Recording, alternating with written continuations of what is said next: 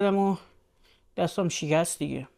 اشکال نداره، قسمت بوده. شاید اگه تصادف نمی‌کردی اتفاق بدتری برات میافتاد. باز چی شده پسرم؟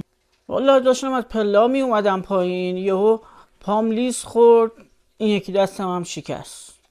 اشکال نداره، اینا قسمته. شاید اگه پله زمین نمیخوردی اتفاق خیلی بدتری برات بله. میافتاد.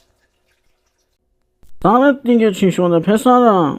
هیچی، از بالا پشت بوم افتادم زمین، سرم هم شکست. اشکال نداره، شاید اگه از اون پشت اون پایین نمیافتادی اتفاق خیلی بدتری برات میافتاد. چرا انقدر کمرنگی پسرم؟ هیچی، هم مردم، یه قاتل سریالی اومد منو کش.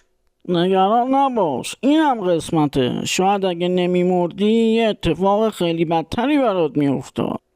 یعنی من مادر